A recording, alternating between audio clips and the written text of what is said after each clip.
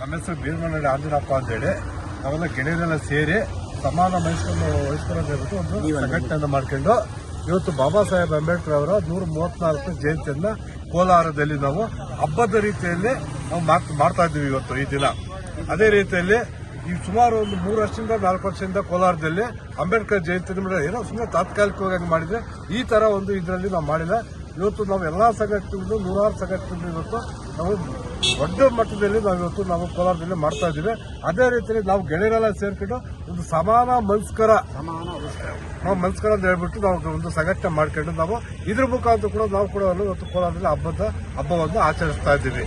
ಮತ್ತು ಈ ಒಂದು ಹಬ್ಬವನ್ನು ನಾವು ಇದೇ ರೀತಿಯಾಗಿ ಇನ್ನೂ ದೊಡ್ಡ ಮಟ್ಟದಲ್ಲಿ ಮುಂದಿನ ವರ್ಷಗಳು ಕೂಡ ನಾವು ಮಾಡ್ತೀವಿ ಅಂತ ಹೇಳಿ ಈ ಮೂಲಕ ತಮ್ಮಲ್ಲಿ ನಾಳೆ ಏನೇನು ಕಾರ್ಯಕ್ರಮ ನಿಮ್ಮ ಕಡೆಯಿಂದ ನಾವು ನಾಳೆ ಅಂಬೇಡ್ಕರ್ ಸ್ಟ್ಯಾಚ್ಯೂ ಅವ್ರಿಗೆ ಇದು ಮಾಡ್ತೀವಿ, ಮಾಲಾರ್ಪಣೆ ಮಾಡ್ತೀವಿ ಬಂಗಾರಪೇಟೆ ಸರ್ಕಲ್ನಲ್ಲಿ. ಮತ್ತೆ ಅಂಬೇಡ್ಕರ್ ಇದರಲ್ಲಿ ನಸ್ಕೆತ್ತಿಲ್ಲೂ ಮಾಡ್ತೀವಿ.